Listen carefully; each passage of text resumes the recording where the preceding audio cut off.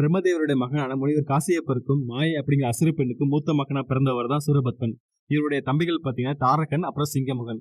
சூரபத்மன் தன்னோட தம்பிகளோட சேர்ந்து சிவபெருமானை நோக்கி கடுமையான தவம் பண்றாரு. அந்த தவத்தோட விளைவா பாத்தீங்கன்னா சிவபெருமான் கிட்ட இருந்து வரம் வாங்குறாங்க. அதுக்கப்புறம் தன்கிட்ட இருக்கிற அதீத சக்தியால ஆணவம் கொண்டு தேவர்களை சிறைப்பிடிக்கிறாங்க. அது மட்டும் இல்ல அவங்களை கொடுமைப்படுத்துறாங்க. அதனால தேவர்கள் பாத்தீங்கன்னா சிவபெருமான் கிட்ட தங்களை காப்பாத்த சொல்லி வேண்டுறாங்க. அப்போ சிவபெருமான் தன்னோட நெற்றிக்கல்ல இருந்து தீப்பொறியை உருவாக்குறாரு. அந்த தீப்பொறிகள் பாத்தீங்கன்னா 6 குழந்தைகளா மாறுது.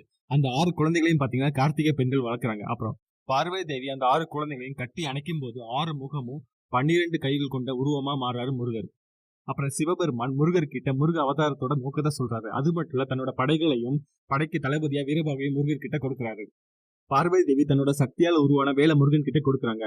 முருகருக்கும் சூரனுக்கும் போர் நடக்குது. அப்புறம் அந்த போர்ல பாத்தீங்கன்னா முருகர் முதல்ல சூரனோட தம்பிகளை சம்ஹாரம் பண்றாரு. அப்புறம் கடைசியா மாமரமா மாறின சூரனை சம்ஹாரம் பண்ணிட்டு தன்னோட செத்துக்கிறாரு.